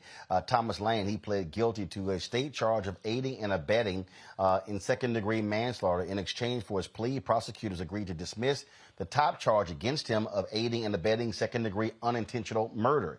Lane is already serving a federal sentence for violating the civil rights of George Floyd. Lane and two of the former Minneapolis police officers, Thomas Thau and J. Alexander King, were convicted in February by a federal jury on charges of violating George Floyd's civil rights by failing to intervene or provide medical aid as their senior officer, Derek Chauvin, kneeled on the back of Floyd's neck while he was handcuffed for more than 9 minutes in the May 25th, 2020 incident. Folks, in Georgia, a judge has handed out a maximum sentence to a black Georgia man who shot and killed a white teen, claiming the self-defense under the state's Stand Your Ground law. Convicted of involuntary manslaughter last month, Marcus Wilson will spend 10 years in prison for killing one of the teens in a truck who Wilson says yelled racial slurs and tried to run him and his white girlfriend off the road in Statesboro, Georgia in June 2020. Although the jury acquitted Wilson of the more severe charges, murder and aggravated assault, it found he was not justified in using his legal gun when he felt threatened by the white teens. You were there in Georgia, Robert. How is this playing? Well, you know, I have some of my friends were the attorneys on the case, Francis Johnson, Malawi Davis. We're hoping that this case, we have a different judgment on appeal. There, of course, will be a motion for a new trial. I'm not quite sure, and I need to read the opinion, how they can rule that there was a meritorious self-defense claim against a murder claim, but that did not go down to the involuntary manslaughter claim. Generally, the way that the law is applied is that it is a complete shield, and if you are deemed to be operating under self-defense to the higher charge, it also applies to the lesser included offenses thereafter. This is, of course, better than being convicted of the main charge of murder. However, this young man very clearly was acting in defense of himself. We saw the witness testimony from the girlfriend. There really was no contradictory information showing that he was operating within the coverture of the law. And particularly, and I want to point this out because we have this conversation often on gun rights in the Second Amendment.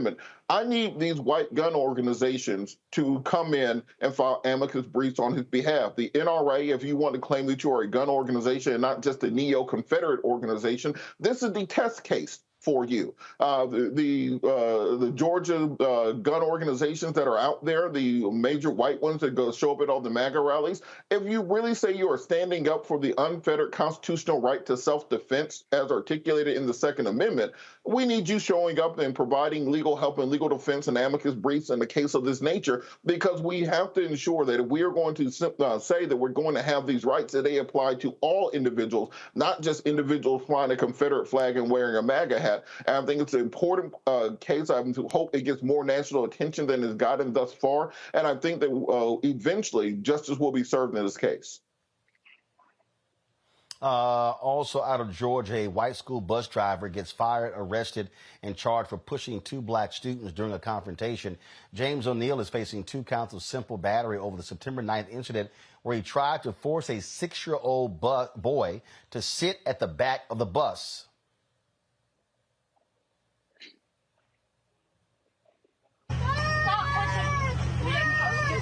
Get back there.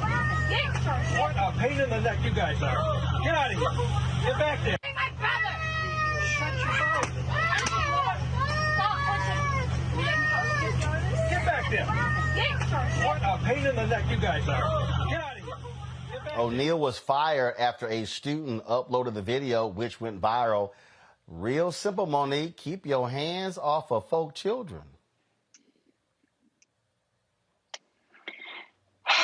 Yeah, I would have caught a charge that day. I that's the only thing I've been able to think when I see it. Y'all would have ended up concerned for that poor white man and what happened to him after that. So I'm glad everybody stayed alive and that the mama is not in jail, which is surely where I would have been. And I am glad that there are now consequences for him because of his blatant disrespect for the people he was supposed to be serving, because that is a service capacity. As the driver of that bus, he has an obligation to be courteous, to keep people safe, to keep his hands off of children and women. And he's very, very fortunate that I was not that woman. Larry, and I know some black daddies who would have been like, hey man, you might be an old white man, but you gonna get beat. So let's just keep it real, Roland. You wouldn't have got Dr. Walker, you'd have got Larry from Philly.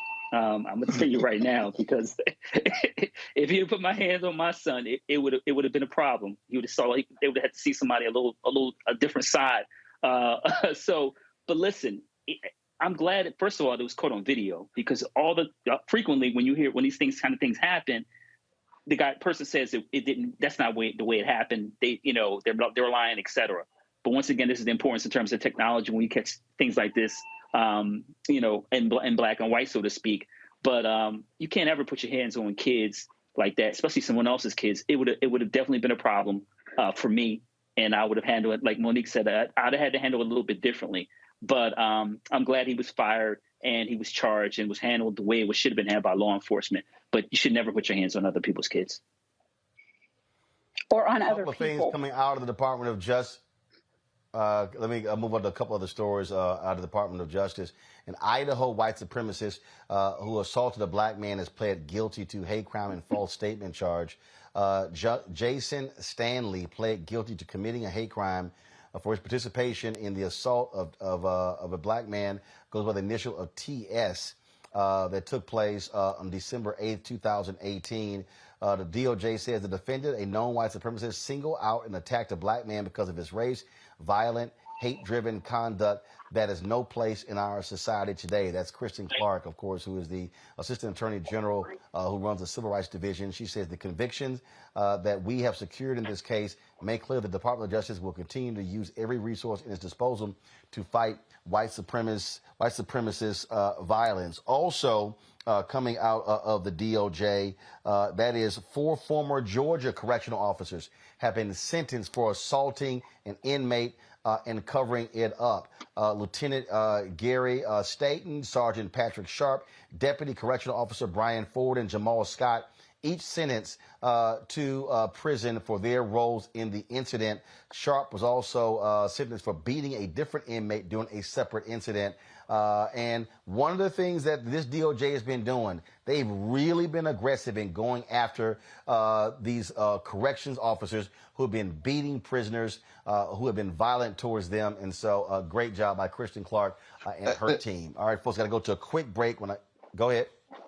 Well, all I was going to say, Roland, is that is absolutely crucial. That information, the fact that these kids are being prosecuted. I've had cases like this, particularly in Georgia. I don't know why half the show is in Georgia, but where corrections officers know the exact places in the jail where the camera angles just happen to black out, and they will use those exact areas and those exact angles to do everything from sexual abuse to physical abuse to inmates. And for years, because that person is incarcerated, they will not be believed. Nobody will listen to them. And often the inmates who fight back after being assaulted are charged with additional crimes and then sentenced to longer sentences. So it's very important to have a DOJ that wants to address these issues.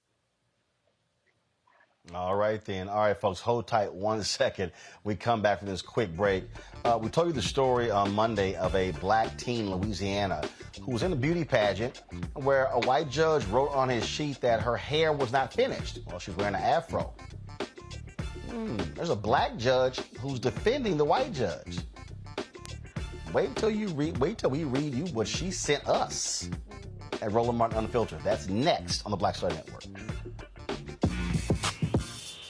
When we invest in ourselves, our glow, our vision, our vibe, we all shine.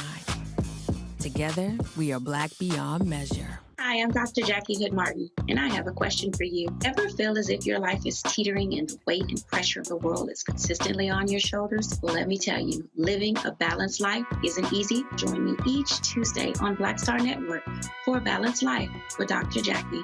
We'll laugh together, cry together, pull ourselves together, and cheer each other on. So join me for new shows each Tuesday on Black Star Network, A Balanced Life with Dr. Jackie.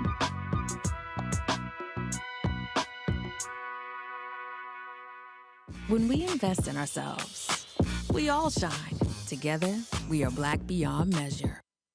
What's up, y'all? I'm Will Packer. Hello, I'm Bishop TDJ. What up, Lana Well, and you are watching Roland Martin Unfiltered.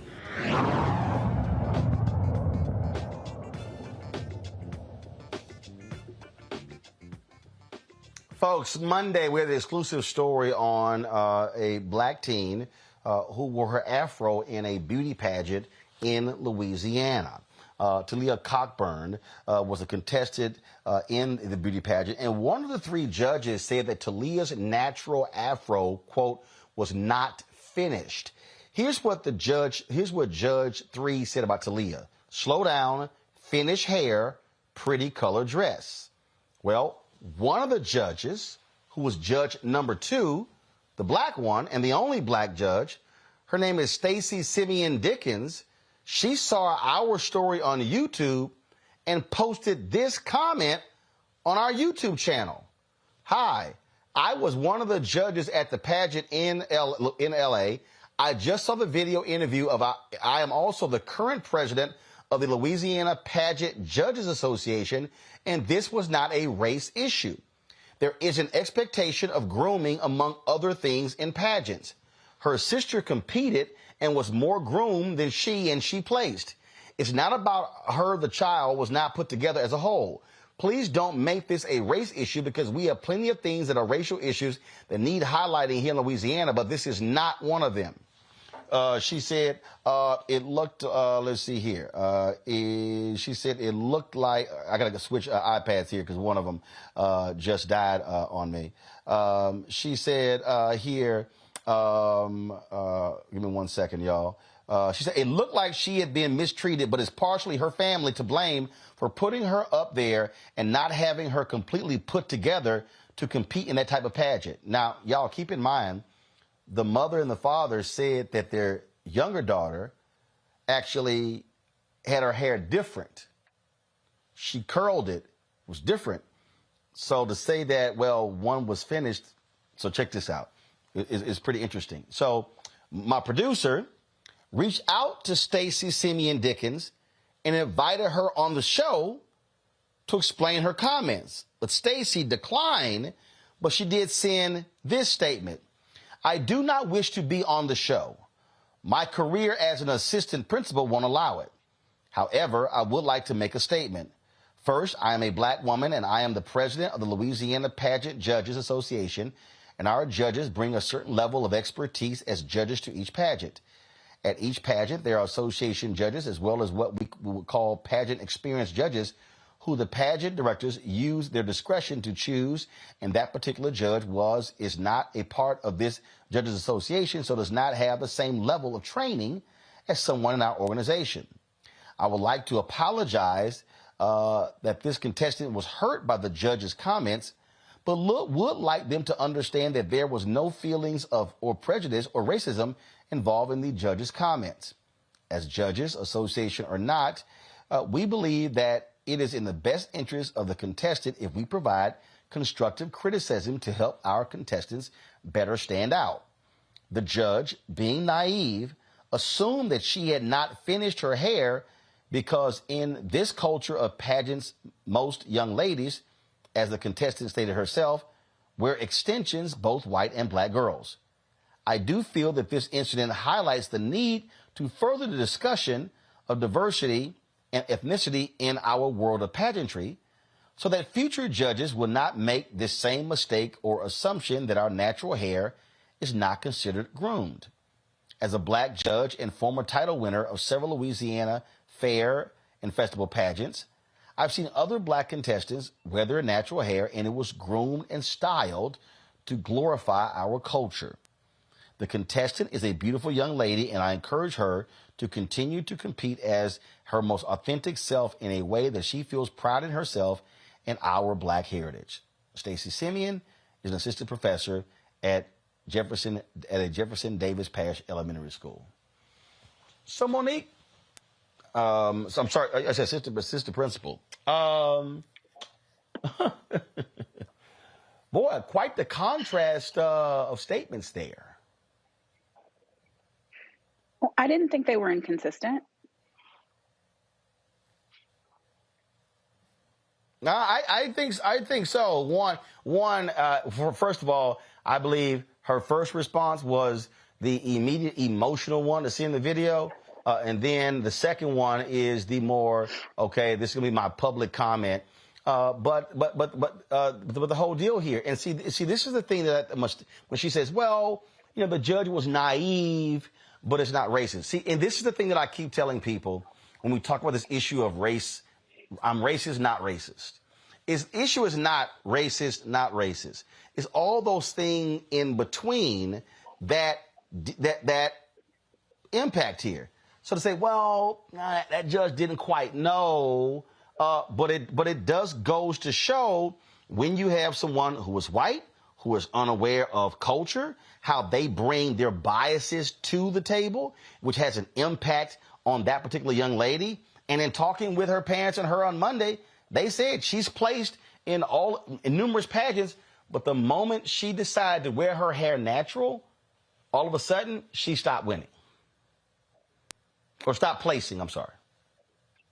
Yeah, you know, Roland, we could have this panel of my mama, my aunts, and two of my cousins, and I won't name anybody's names.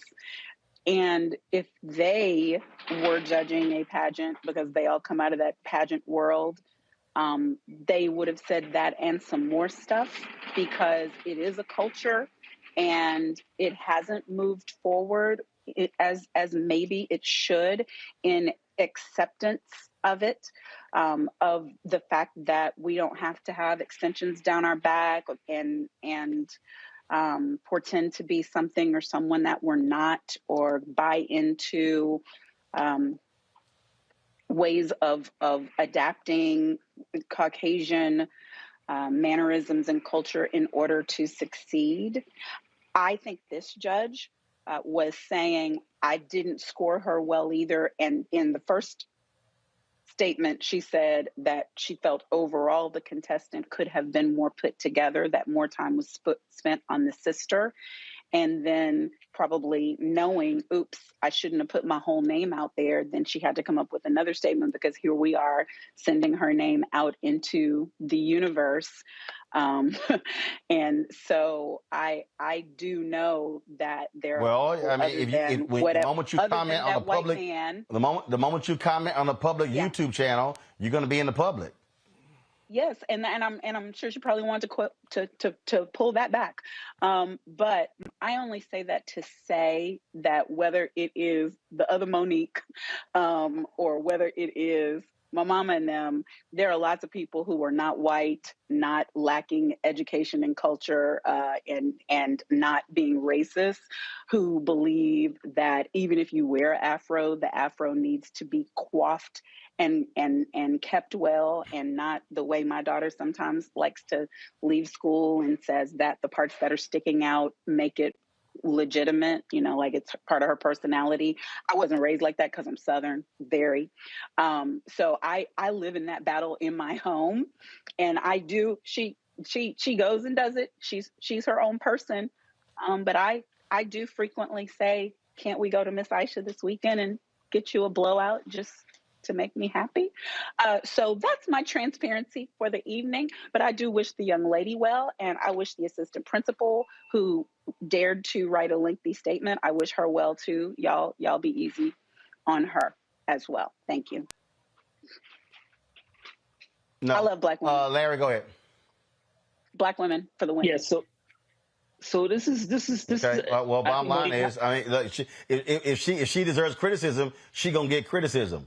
What I say on this show? If you do good, I'll talk about you. If you do bad, I'll talk about you. And I'll talk about you. Right. No, that ain't got nothing to do with her being a black woman. Larry, go ahead. Let Larry go ahead. She's uniquely capable of talking. Hold on. Larry, go ahead. Yeah, Roland, I think we have to talk about anti-blackness, particularly not only in terms of how white people view black aesthetic, hair, etc., but also in terms of the black community. Monique highlighted a good point, talking about my grandmother and some other members of my family. But we really do have to have the kind of conversation about how black people internalize how our natural hair, our noses, etc. But like I said, and also pageants, not just pageants, but corporate America are more focused on Eurocentric, hair, etc., and not appreciating natural African, in terms of people of African descent, in terms of the texture of our hair. But this is an ongoing issue, not only in terms, like I said, pageants, but this is an issue and a challenge, as Monique highlighted, within the black community. But like I said, as a researcher who writes about racism, I call it for what it is, and that's anti-blackness. I also want to highlight that there are the statements, in my opinion, are distinctly different. She posted how she really felt, and then after she thought about it or heard some feedback from people that she knows, particularly maybe her school district, then she thought about it and realized that the statement that she had initially posted was anti-black. And so I think it's important to have these conversations when you talk about the Crown Act role in terms of fight nationally to get it passed by members of the CDC, et cetera. But this is an ongoing problem that black folks, particularly black women, have encountered when it comes to the natural texture of their hair and what is viewed as being acceptable in a European society.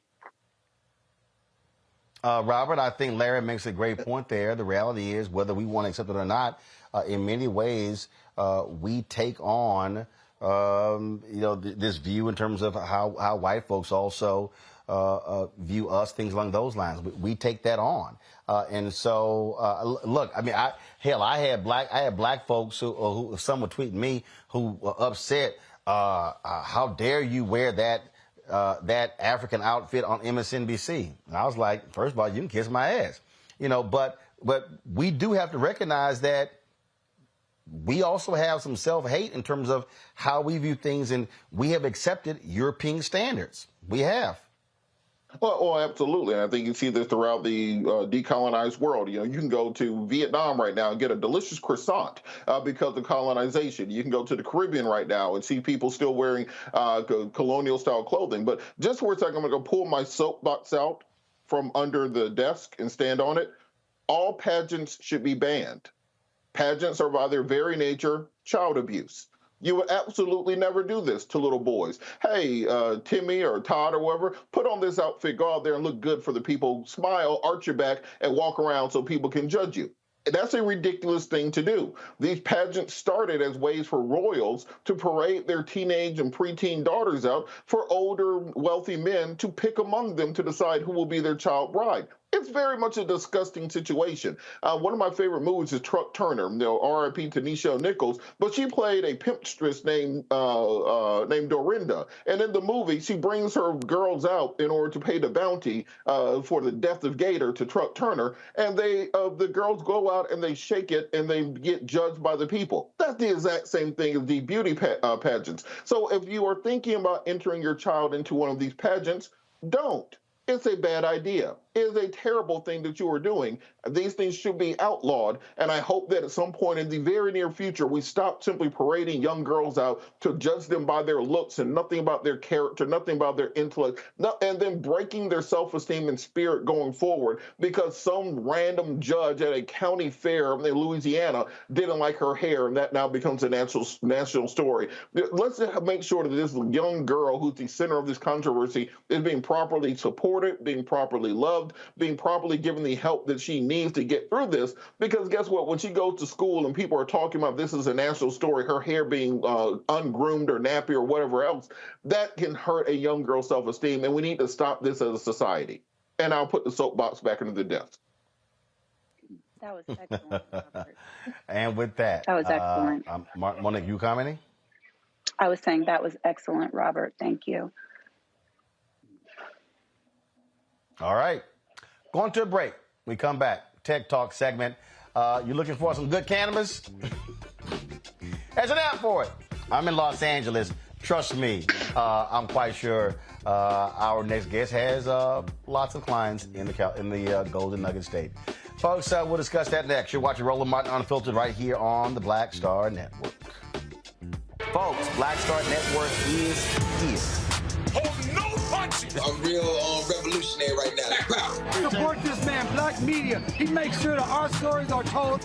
Thank you for being the voice of Black America, Roland. Stay black. I love y'all. All momentum we have now, we have to keep this going. The video looks phenomenal. See, there's a difference between Black Star Network and black-owned media and something like CNN. You can't be black-owned media and be scared. It's time to be smart.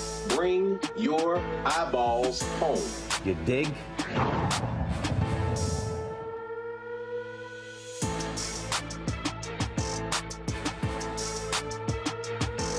I'm Angie Stone. Hi, I'm Teresa Griffin. Oh, Roland.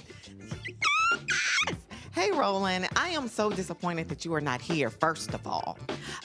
Where's our dance? It's like we get a dance in every time I see you. And so now you're not here for me to dance with, sir. You and your ascot. I need it. I need that in my life right now. Okay, I love you, Roland. What's up? I'm Lance Gross, and you're watching Roland Martin Unfiltered.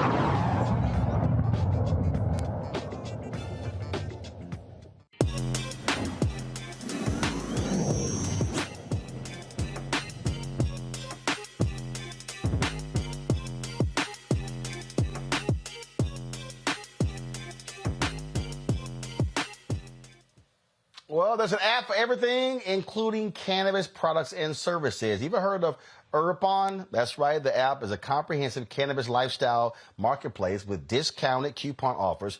It also includes its own social media platform, Herby, which provides an uncensored, safe online community for subscribers to share and discuss all things cannabis. Travis Stocking, a cannabis media entrepreneur, CEO and founder of Herbon, joins from San Diego. So obviously, Herbon is a takeoff of Groupon. Yeah. How's it going? Doing great. So when did you first conceive this idea? I actually I was working in an illegal establishment, and I came to the conclusion that I didn't want to be doing that for the rest of my life. And just so happened I was on Groupon shopping when I came up with the idea. So you were like, all right, let's do this, and then you begin to assemble it. And so, so how does it work? Are folks providing the services and then discounts to you, and you place them on the site? So how does it actually work? So, well, Herbon is a multi-third-party cannabis-friendly e-marketing platform. It allows vendors to post and advertise deals to consumers. Okay. And how many various dealers, also users, in terms of, you know, what's your size in terms of how many companies, how many products, and how many people are now using your app? So currently, we just launched 2 months ago. We launched here in San Diego first. We currently have about 9,000, around 9,000 vendors and also customers. We're looking, so right now, we're just now going into LA too also. Well, I'm sure going to LA is going to be a huge marketplace for you to go to. Let's see, questions from our panel. Let's see, who do I think probably will be on your app, probably download right now? I'd probably say Robert. Yeah, that's probably the right call. So, question. So, when it comes to these businesses, is it just currently San Diego or Southern California-based businesses, or is it nationwide? And if you were planning on expanding nationwide, how do you kind of navigate those different state laws that may exist? So right now we're planning to go nationwide. Right now we're releasing state by state. You know, every state has different laws. So we're rolling out state by state, one by one. From San Diego, LA, San Francisco, and Las Vegas, we attack them at the same time. Okay, and just as a follow-up, how do you vet the various businesses when it comes to determining if they can be on the platform? Is it just kind of, buyer beware, the buyers should do their own research into each individualized business, or is there some sort of vetting process before they can be on the platform? So each business that comes on Urpon, they all have license numbers. So they all have a company number, and we basically verify to make sure that company is legit.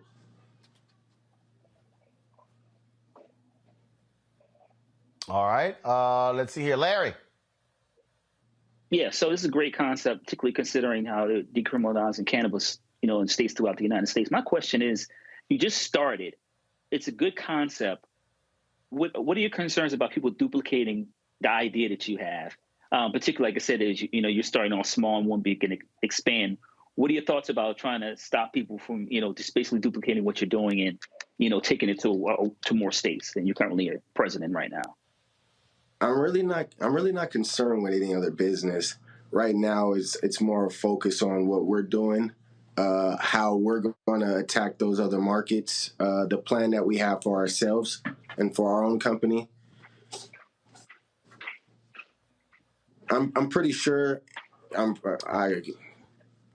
quite sure you're going to have a whole bunch of companies hit the market that's doing the same thing that we're doing.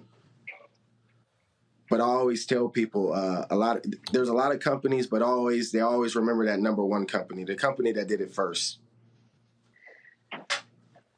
All right. Monique. Yep. I love that.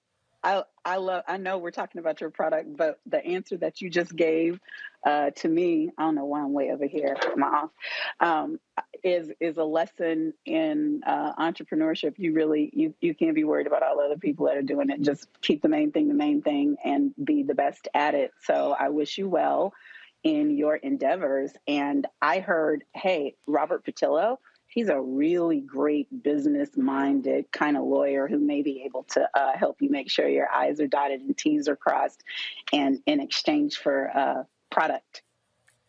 No, we're straight cash over here, Monique. Yeah, Monique, we're straight cash on me.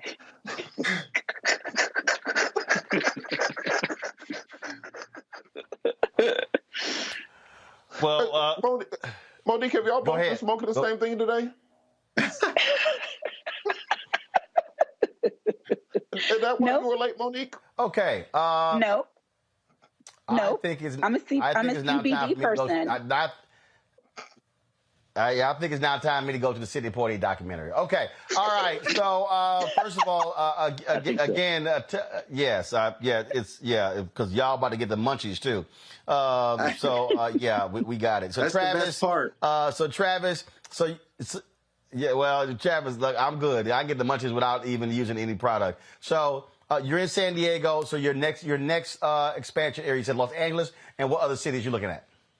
Los Angeles, San Francisco, Orange County, Anaheim, really the cities that's really close to San Diego.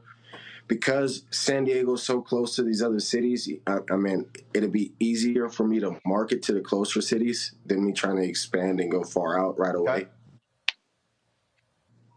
All right. Well, man, look, good luck with it. Urpon is the app. Folks, y'all check it out if you're looking for cannabis products and services. Travis, thanks a bunch. Good luck, man. Man, thank you for having me.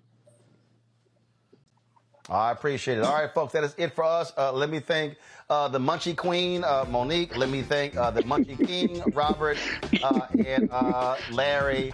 I don't know, Larry. Larry, you got that Munchie look too. So I mean, I'm good. Yeah, you good right now, but probably about later tonight, yeah, you're gonna be like a little high. All right, y'all, that's y'all know ain't nothing happening here. The closest I'm gonna get is some candles. All right, y'all, that's it.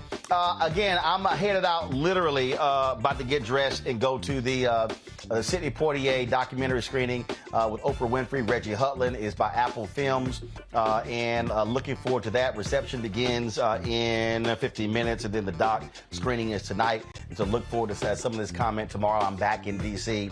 So looking forward to that. So, folks, that is it. I appreciate y'all joining us. Don't forget, download the Black Star Network app, available on all platforms: Apple phone, Android phone, Apple TV, Android TV, Roku, Amazon Fire TV, Xbox One, Samsung Smart TV, and of course, we need 2,000 of our fans giving on average $50 this month to raise 100,000. We need that every month through the end of the year to meet our goals. We appreciate every dollar you give in. If folks can't do that, we appreciate that. Others have given more. We appreciate that as well. And so if you want to send a check or money order, you can do so to P.O. Box 57196, Washington, D.C. 20037-0196. Cash App is $RM Unfiltered. PayPal is R Martin Unfiltered. Venmo is RM Unfiltered. Zelle is Roland at RolandSMartin.com. Roland at RolandMartinUnfiltered.com. And of course, the September 21st is Earth, Wind, and Fire Day. If you don't get that reference, then your black card has been revoked. All right, folks, that is it. I'll see you guys tomorrow. I'll be back in D.C. And look forward to be back in the studio. Until then, how? Martin!